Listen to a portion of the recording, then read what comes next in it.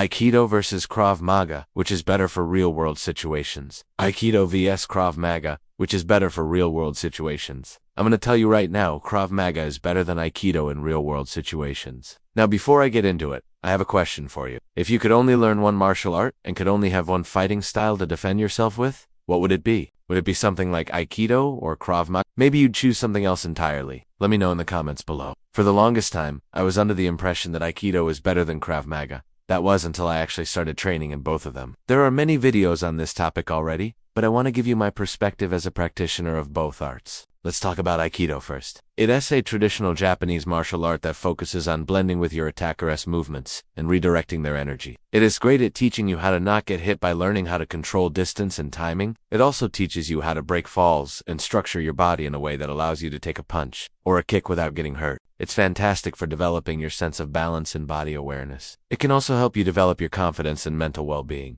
I personally love the philosophy behind it. It promotes peace and harmony, and it teaches you to see the good in everyone. But here's the thing. It's not very practical for some. It doesn't teach you how to punch or kick or even strike in any realistic way. And the only time you're really grappling with another person is when you're redoing so-called weapon disarms. And even then, it's not very realistic because it's done from a stationary position. The closest thing Aikido has to real fighting is its free fighting element, which is called run. But even then, it's not exactly real fighting because there is no striking involved, and the focus is more on technique than power. Also, if you look at the uniforms that Aikido practitioners wear, they're often made of thick, heavy material that's designed to withstand a lot of abuse. This is obviously not the case in a real fight where your opponent will you be wearing a uniform at all. Now let's talk about Krav Maga.